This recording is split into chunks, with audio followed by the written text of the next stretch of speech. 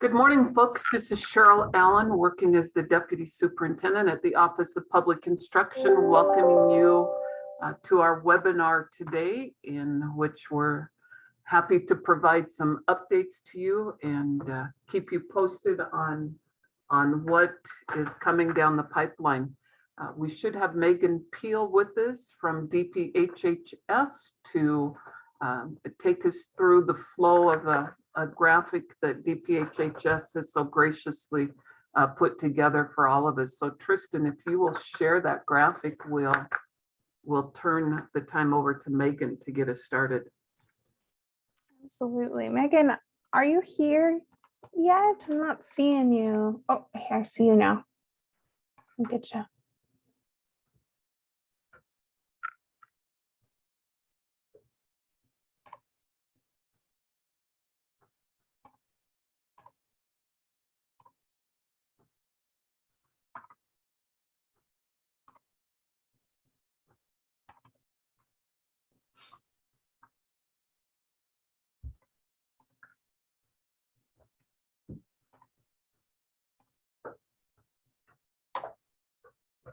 All right.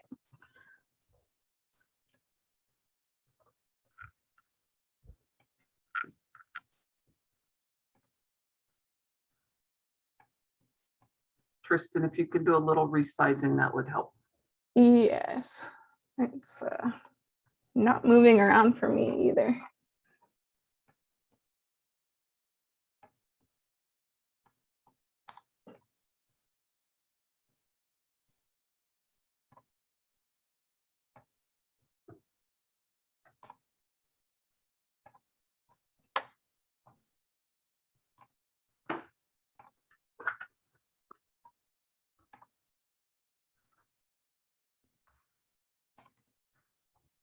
Is that a little better? That looks great.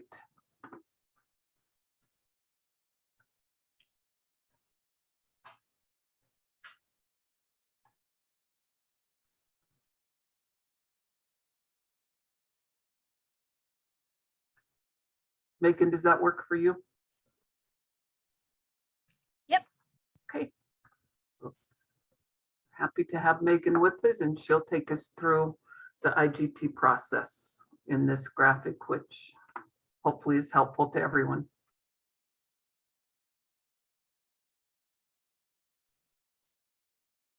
Are we starting right now? Or do you want me to do that right now? Okay. Okay. Hi, everyone. Megan Peel with the Children's Mental Health Bureau.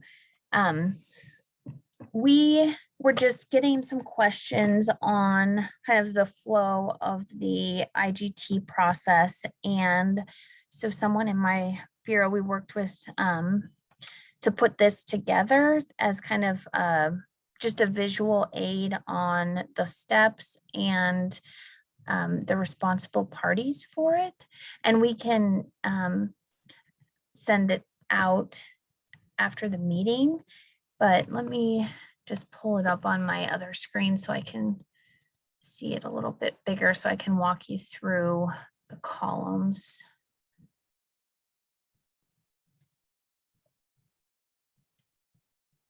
And just so everyone is aware too, I did attach this document in the meeting invitation, the calendar invitation. So if you need to pull it up there as well, you're more than able to.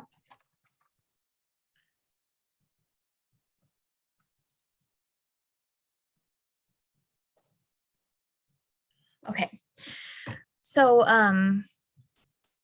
it just walks through like the step-by-step. So, you know, the first step is that the CSCT services will be provided by the contracted mental health center, and the claims are submitted to Montana Medicaid through the MMIS.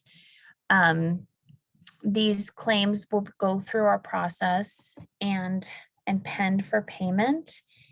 And then at the end of the reporting period, we at DPHHS and Montana Medicaid will send a report to OPI that shows the required state match for that month for each school district. And then Jay's team will disseminate that to school districts. At that point, the public school district will send the state share back to OPI, where Jay and his team will gather the money from all the school districts and then send DPHHS a report of who has paid and the amounts, and then transfer the cash over to Montana Medicaid to be used as the state share of the match. And then at that point, we will, in Montana Medicaid, release the claims that had pended from that month for payment. Payment will go to the enrolled school district. And then at that point, you will pay your subcontractor for services rendered for that month. And so we just thought this might be a helpful visual of the process that you could use for reference, and then working on just some like final timelines for every month with Jay that we can share later on after we've finalized those with Jay's team. And Tristan, I didn't get it on my calendar update, so I don't know if other people did. Oh yeah, I'm not sure. Yes, Kim, we will post this on the OPI website after this meeting, I believe, and then I can go ahead and send it in an email while we're talking here. And if you'll double check that it's on the calendar invite for folks, that would be great. So we're hearing several, it's not on their calendar invites. So, Yeah, I'll try to click send again and see if it works for you. super. Thank you. What questions, folks, do we have for Megan on this document?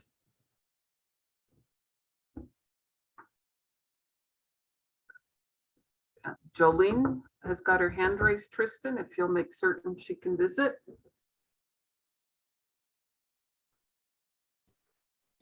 Hi, can you hear me? You bet we can. Go ahead. Oh, good.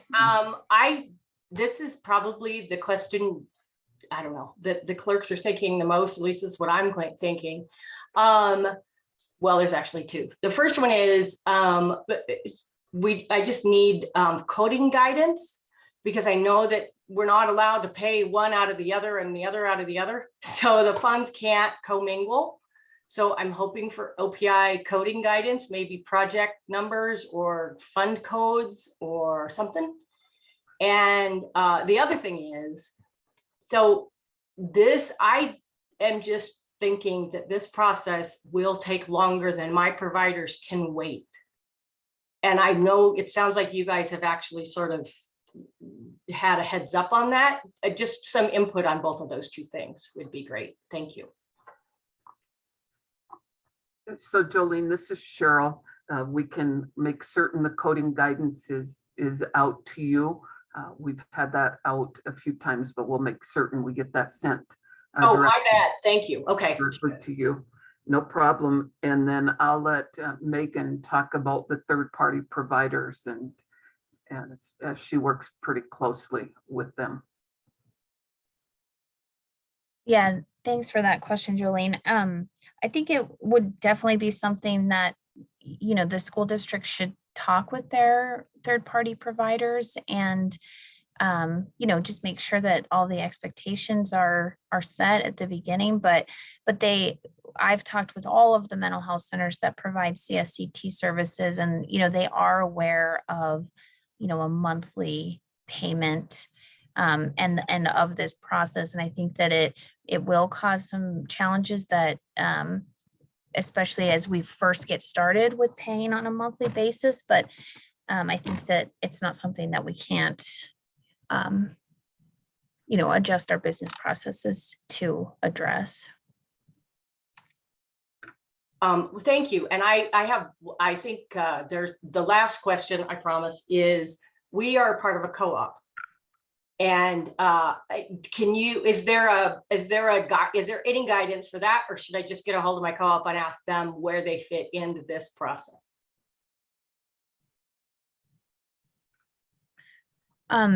is your question related to submitting your match?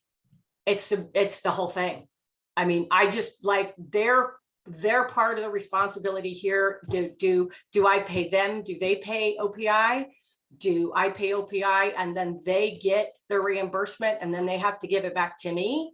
Where does their interaction fit in? And maybe that's dependent on the co-op. It's Bitterroot Valley Co-op. And I had lunch with their business manager, who's fantastic, but she and I didn't really get into the details. And we talked about this particular webinar because I don't know whether I'm paying them or paying you and whether you're paying them or paying me. So let's see if I can tackle that for a minute, Jolene. So districts that are part of a special ed co-op are probably doing direct billing, as is the co-ops, which is another element. There's one cooperative out of the Bitterroot that is also identified as a third-party mental health provider. So they would be providing the billing to the school district for those services rendered for CSCT. That it is the school district that is listed as the identified entity that is eligible to receive the funds, and the match comes from the school district, not from the co-op. So if the Bitterroot is your mental health provider, once you're paid, then you would pay them. Okay, thank you. You bet. We had another question from Bud Scully, and he asks, how does the 35% work into this? So that's a great question. And Tristan, if you'll also monitor the chat, we have numerous questions coming in there. So when you look on this at the fourth from the left, which is the OPI, reviews the state match and notifies school districts of their state match amount due.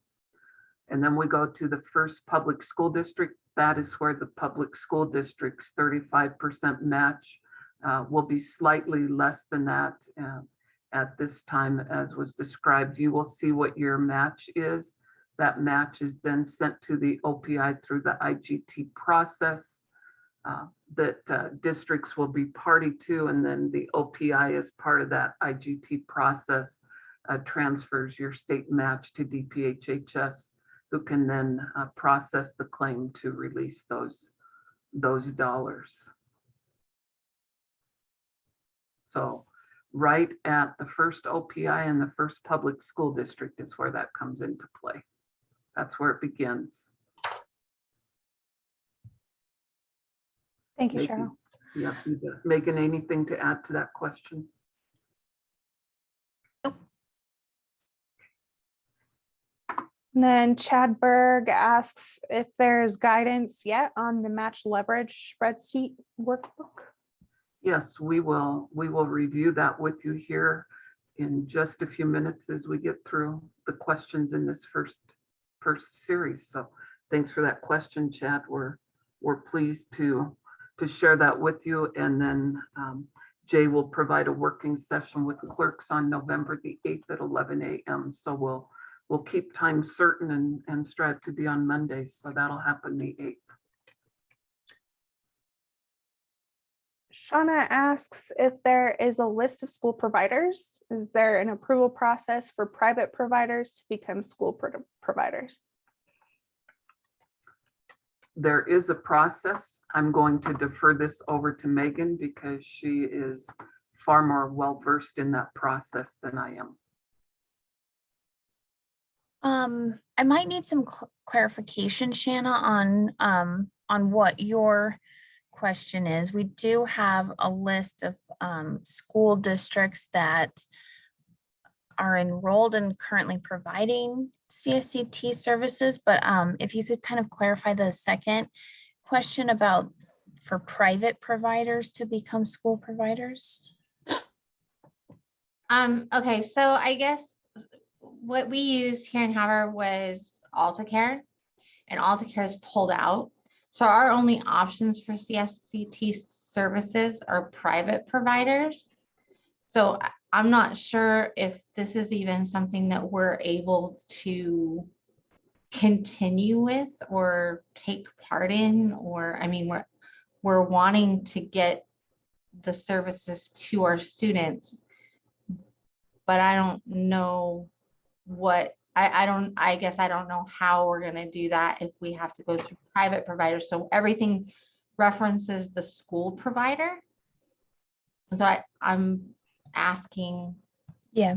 if we don't have AltaCare and we don't have Mac that does all of the AltaCare stuff, I don't know, I'm confused at our role, because before I literally just paid the bills because that was what was billed to us, and I was just kind of the paper pusher.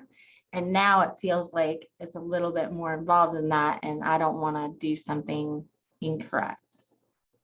Okay, so this process is specifically for CSCT services, which is a service that an enrolled public school district is the provider, and they subcontract with a mental health center to provide the services.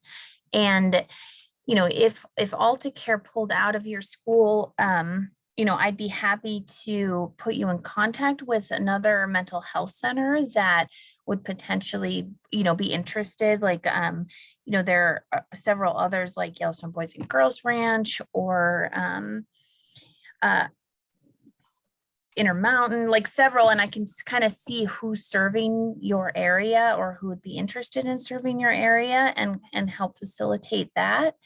But in terms of if you're going to be using an outpatient therapist, which is what I'm getting from your like description of private providers to provide services, like that wouldn't follow this CSCT process. And I can, if you put your information in the chat, we can have someone, we can call you and kind of walk you through some options there.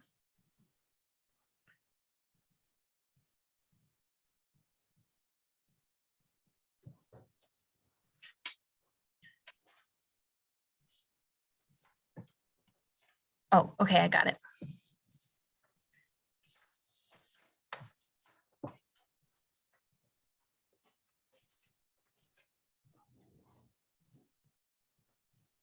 I don't believe that we have anybody that's serving our area. I think that's the issue, because that's kind of already been looked at by our special services coordinator and whatnot. But and that's why I guess I was listening to see whether there was something that one of those individuals could go through a process of becoming a school provider. Is that a possibility or no? There is a process, but it takes time. It's not a 20 or 30-day turnaround, if I understand that properly. Megan, do you want to weigh in on that? Yeah, you know, for an individual therapist, it couldn't provide CSCT, but there are several options on how an individual therapist could provide other mental health services in a school. Not as a school district, but we have other options through Medicaid that we can help walk you through. That'd be great. If you could just, yeah, reach out to me anytime. That'd be awesome. Thank you. Okay.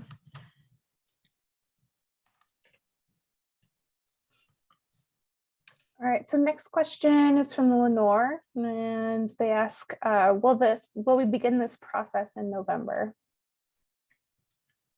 Do you want me to take that one, Cheryl?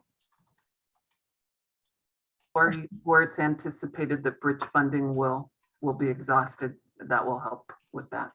Okay.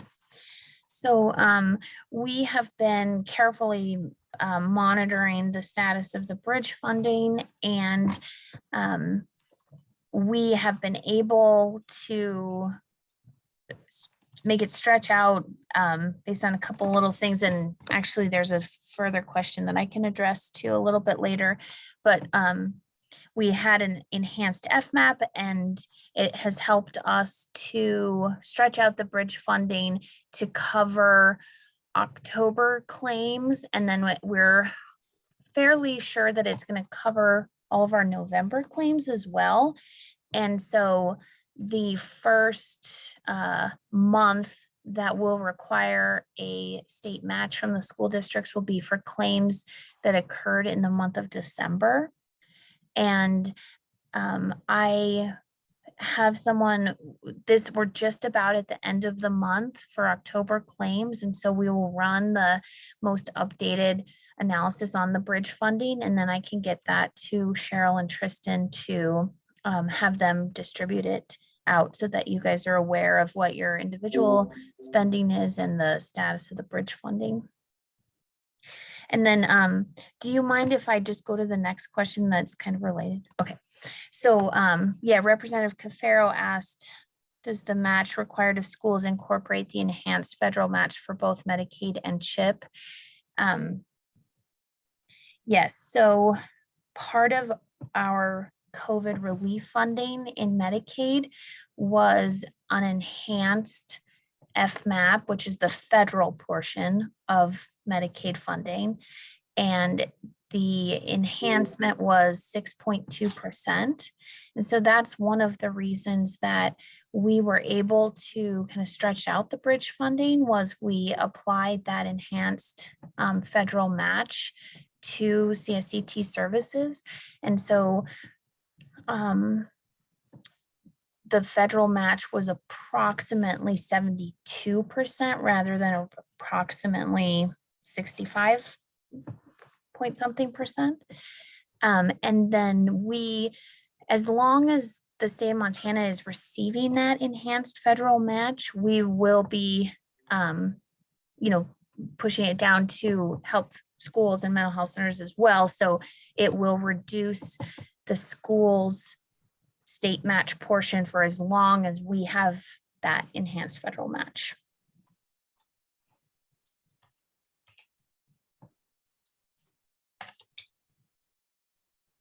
Oh, and Mary said CHIP.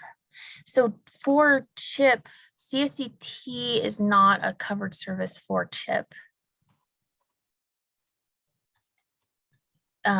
Generally, if kids have CHIP and are enrolled, the providers just bill outpatient therapy because the CSCT codes are not in the CHIP benefit package.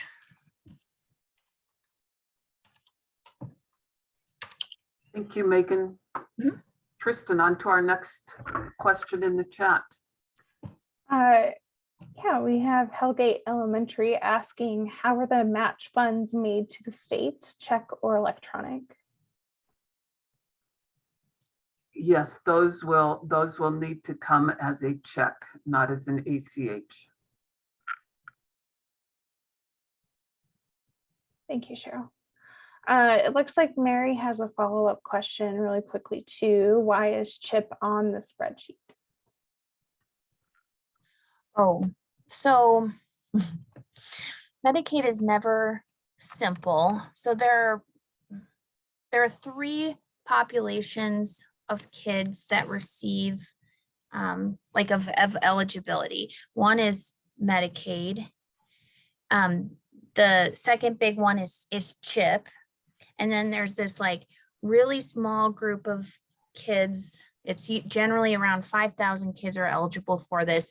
And it's kind of this gap population called CHIP funded Medicaid or Healthy Montana Kids Plus is what we call it. And so it is this small eligibility group that just bridges the gap between the Medicaid eligibility FPL and the CHIP eligibility FPL. And so they receive Medicaid services, but they're actually funded with the CHIP block grant.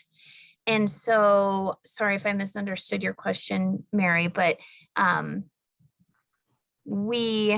are funded with CHIP, and they do get that enhancement. But I was just thinking about the CHIP benefit package. So it's just that small group of Healthy Montana Kids Plus. And if you want, I can call you afterwards and talk through that a little bit more if you want to. Thank you, Megan. Tristan, let's keep going through our questions. Awesome. Chris has a comment I'll just read to everyone. He says, I don't want to distract from this meeting for our unique That's situation. okay. That's not a question. We're Sure. good. Okay. Let's see. Target range, as we are negotiating with providers, would the total rate to pay them be $96 per unit or $96 plus additional 35%? How much will the school districts be paid per unit billed and federal and state match from MMIS? I'm just rereading this quickly. So we are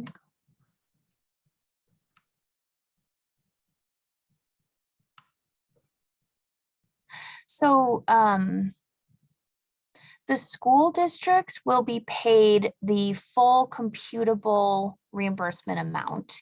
So that would be 90, what we're proposing in our rule set is $96 per a daily, that's the daily rate for non-frontier counties. And then it's $110.40 for frontier counties, which is, and then, but based on how you negotiate with your mental health centers, like you as the school district will be paid the $96 per unit, not $96 plus 35%.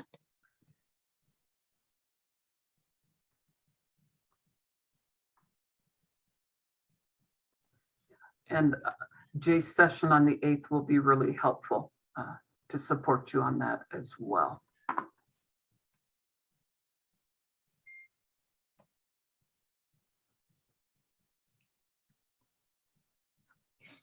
So Tristan, back to you for the next question. Yeah.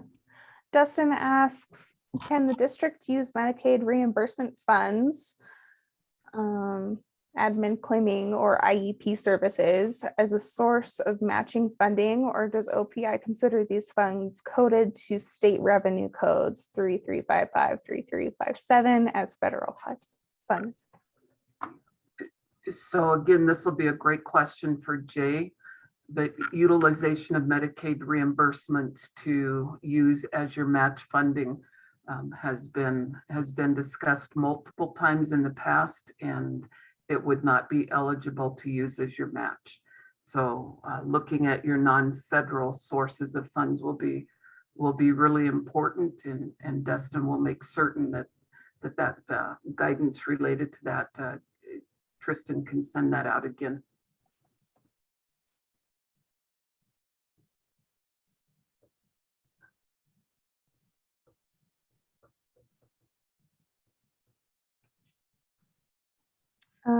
And then one more question coming back to the 35%.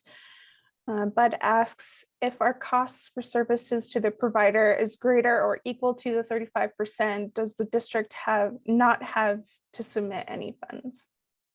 So the district is still required to submit the state match. So when you find your cost for services equal to or greater than the 35%, or whatever that match amount is, as Megan identified earlier, initially it'll be a little less than that, then that would make you eligible for those match dollars back to you without any risks on school finance audits.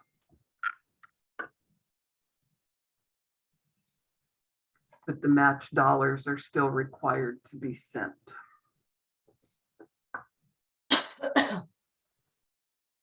Thanks for that question, Bud.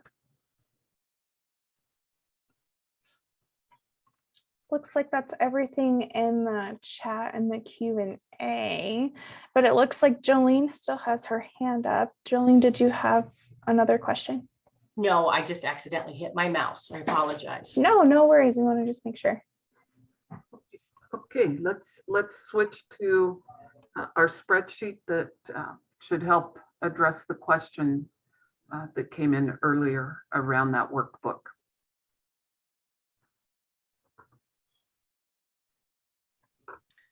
That's just one moment while I find it in my screen share.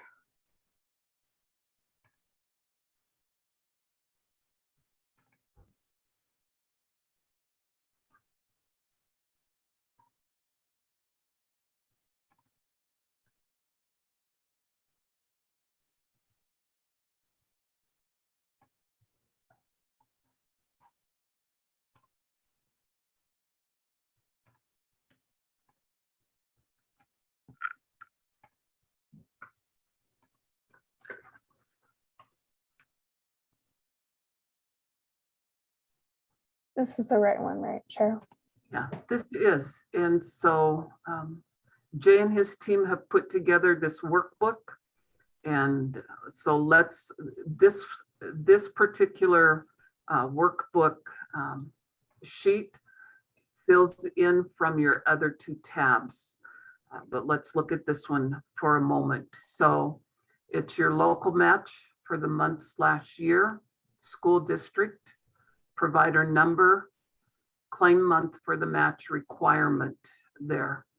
Then you have direct CSCT expenditures, which that fills in directly from the CSCT tab below. Then you have non-direct expenditures that fills in directly from the tab below. It then gives the match verification amount.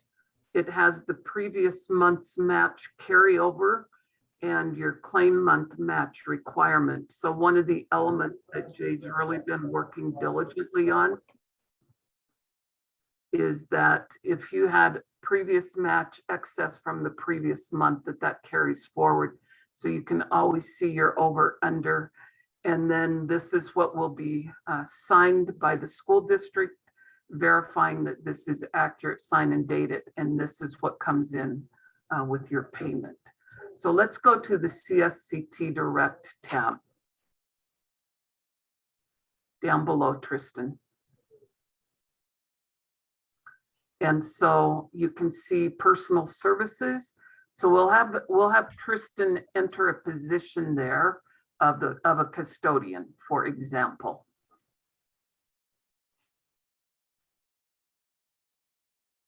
You have to enable editing on that. There we go.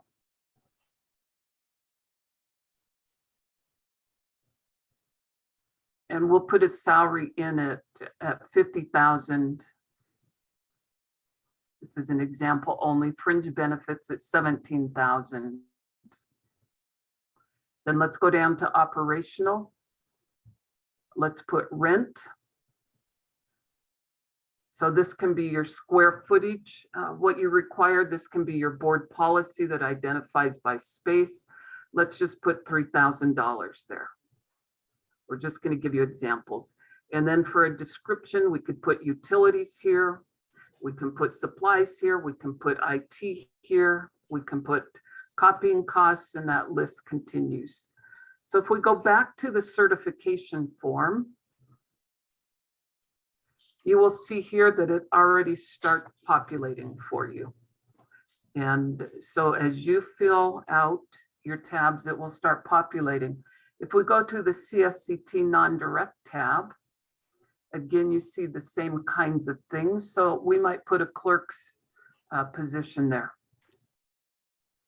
We might put salaries at 100,000. We might put the percent of CSCT at 15. Wrong one, over to the percent, second column, there you go. And you will see it gives you the per month expenditures, the same process. If we go back to the certification form, you will see that it's automatically populated that and given you your match requirement. So that's the workbook.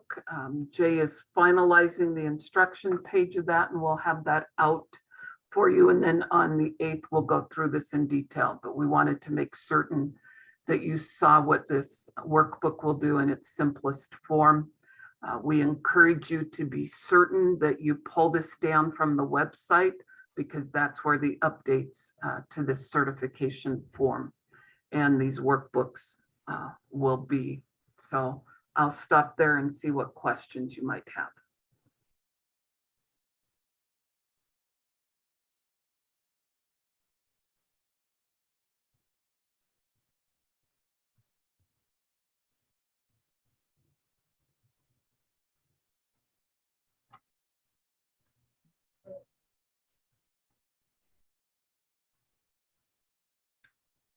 Okay. Hearing none. Tristan, would you go on to the next spreadsheet that Jay and his team put together? Yep.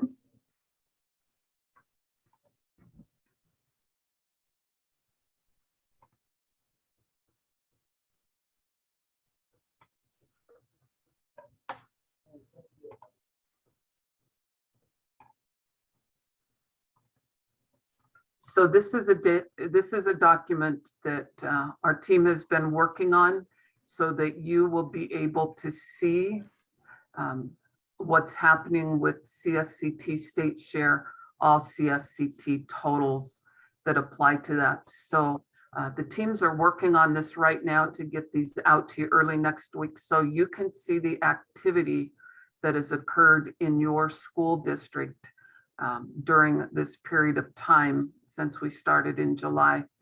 If you go to the tab that says state share by school, many of our districts have more than one school that has a Medicaid state share and total.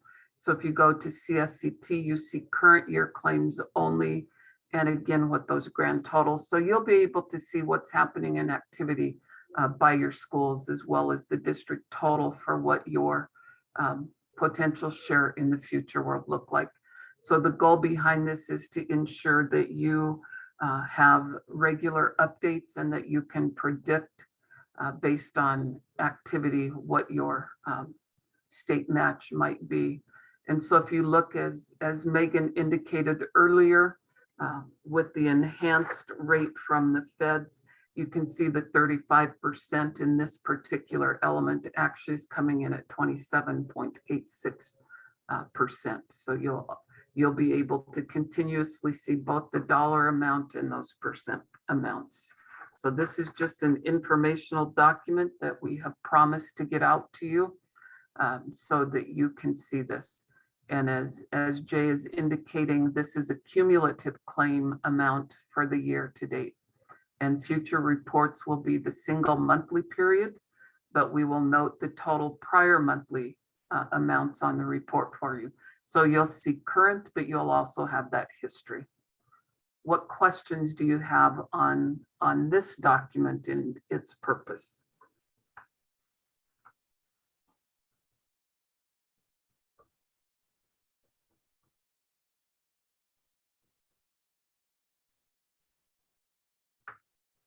Tristan, I think we've got a hand raised.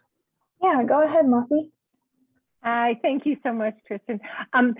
It's actually two things. One, Mary, Representative Catero has a question. If you could, she somehow is an attendee instead of a panelist, if we could, we'll just let her unmute her. But on that other document, I spoke with Jay about this, and sorry, I should have asked before we moved on. Many of those things, once you populate them, am I correct in thinking that it will be more or less, for example, the custodian or the clerk, which will probably be a fairly large amount, knowing how long this is going to get people, how much time it's going to take. But those percentages, they can just be used each month. So some of the populations, the things that will be used on that previous document to make the match, can be reused each month. They don't have to reinvent things. They can be used over and over. They don't have to recalculate, so that once it's done the first time, it will be simpler moving forward. Thank you, Representative Funk, for that question. You're absolutely correct. As you've identified what those costs are that are recurring month to month, they certainly can. What we will really encourage districts to be aware of is they'll just want to copy their their workbook pages, because what they will submit, their certification is for the month. So it should be a smoother process as we move forward. But this data is really important for our districts to have. It's really important for what the future of CSCT may look like across our state, that we actually have data of those costs that districts are incurring. So Great. No, that's great. Thank you. And then when they have to submit the first one, which is my understanding, it will be the beginning of January for the month of December. Because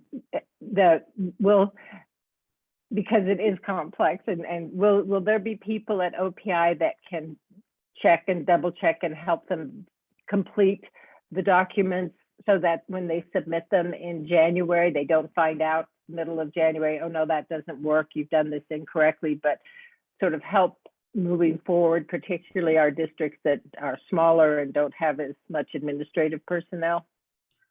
The OPI is redeploying staff right now, interim, to help folks, Representative Funk. So there will be OPI staff available. In addition, there will be webinars that focus specifically with the clerks to support and assist their work prior to December and January. Okay, thank you.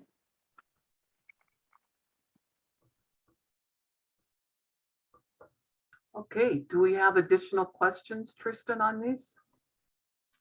I believe that Representative Funk had said that Mary Cafaro had a question, and Mary, I got you into the panelists, so you should be able to unmute. Hi, I keep getting disconnected because of what my internet connection. So if this has already been asked and I missed it, I can go back and listen to the recording, and I'm sorry if I'm jumping ahead of people. My question is pretty simple. The governor came out with new recommendations for the ARPA Commission to consider, and that goes in front of the Transformation Commission. And then we'll come in front of Legislative Finance Committee in a couple of weeks when we have our meeting. One of the recommendations is to help solve the problem of public defenders in part. And that, totally makes sense to me. I understand that is an issue. And the question I have, is there any discussion or possibility that the Department of Health and Human Services, so this goes to Megan, would consider solving this problem with ARPA money? I understand that, or Medicaid money that's been saved by freeing up general fund with the enhanced FMAP. I understand that the rules of the executive is to not fund ongoing need with one time only, but that money can run out as long as 4 years. And there are other problems being solved with one time only.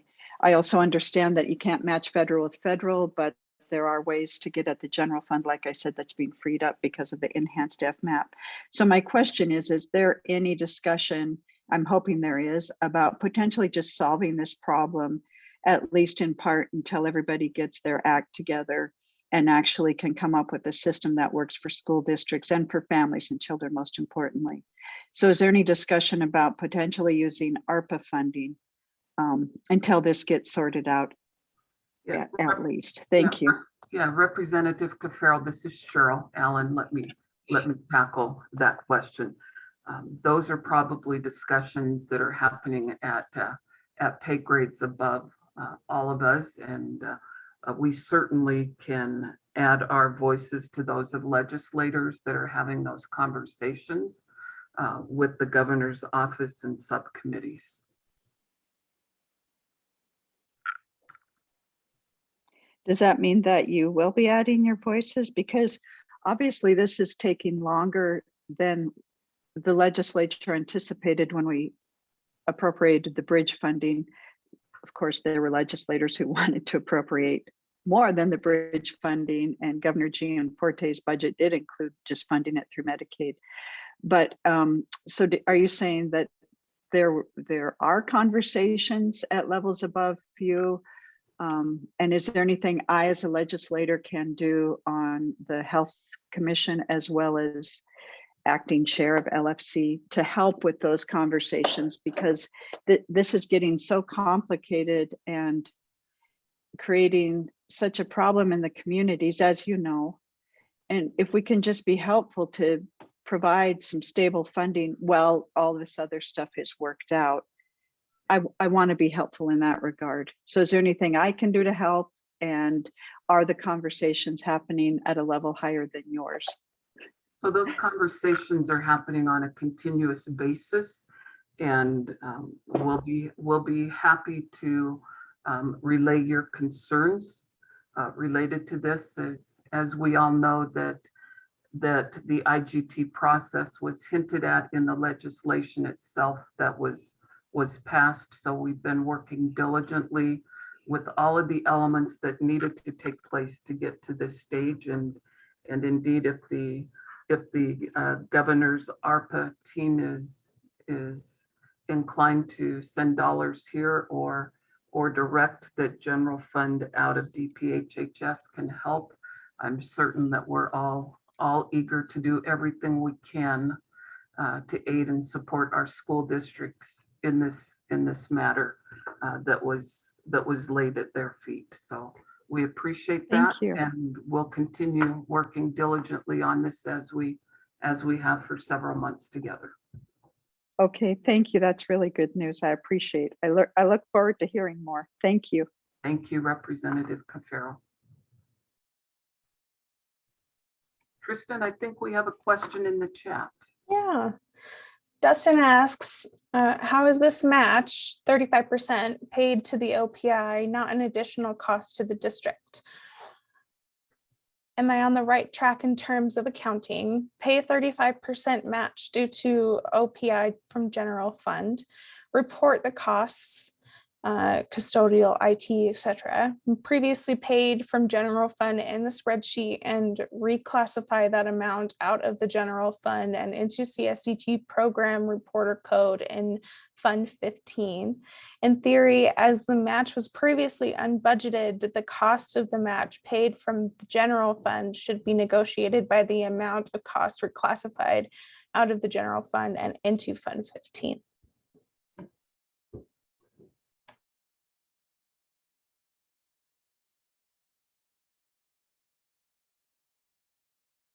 Cheryl, I think you're on mute. How is it not an additional cost? The OPI has never said that it isn't an additional cost. The requirement is that for the services rendered, you're negotiating a rate with your provider that holds the district in that harmless space that we have visited about in that tracking. As Megan has shared, that daily per diem rate is $96, or it is the frontier rate. And what a portion of that, because the federal government approximately 2/3, a little higher than that right now. So for every dollar spent, a nice way to think about it is the state has to submit $1 to get $2. It's just that the districts out of non-federal funds are providing that dollar match. Those funds are going to Fund 15, which is a budgeted fund into the reporter codes there. And we appreciate the theory elements behind that, and would strongly encourage you to be on the call with Jay and his team on November 8th, because they'll be better able to answer your specific details around unbudgeted costs to budgeted costs. So out of non-federal funds, most of the districts, those are budgeted costs already. It's just that you have a number of funds that are non-federal that you have some flexibility in those in order to be able to endure those costs. And we'll be sure you have that supplemental document that the OPI sent out to aid.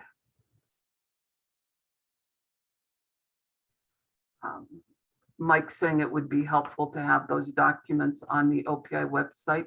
Tristan, do we not have those documents up yet on accounting guidance and the likes? I don't believe so, not yet, but I can certainly get that up. If you'll do that, quickly. that's great. So look for that tomorrow. Thank you, Mike.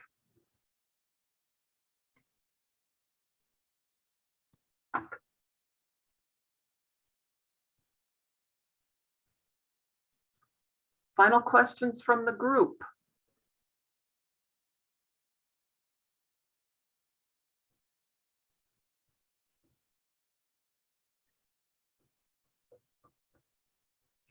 Megan, we appreciate you being here. Thank you.